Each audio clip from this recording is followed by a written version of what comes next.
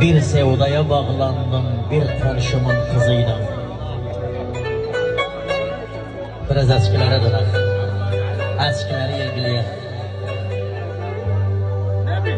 Bir sevdaya bağlandım bir komşumun kızıyla.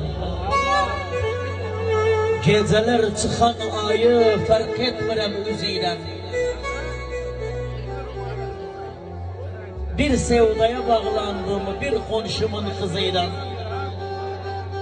Geceler çıkan ayı fark etmirem üzüyle.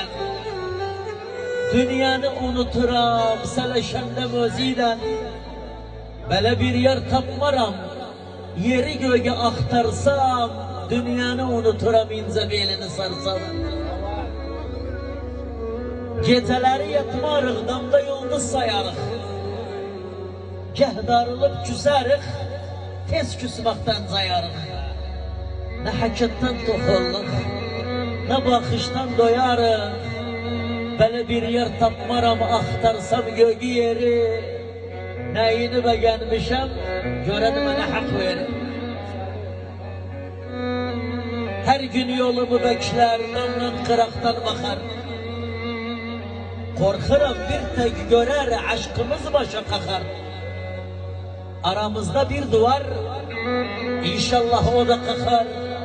Böyle bir yer tapmaram, aktarsam yeri göğü. Kıyım komşu kızına, hiç bana göre döngü.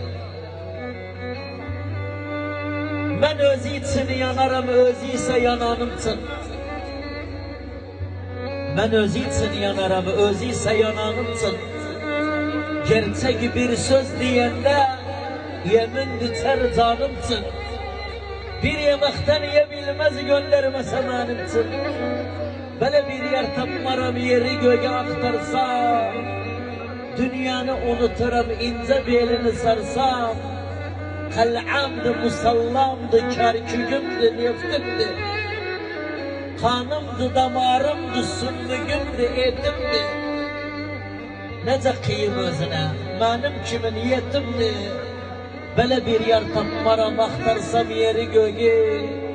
Kıyım komşu kızına, hiç bana göre dögü. Kurbanım ham üzüve. Düşüptü nem üzüve.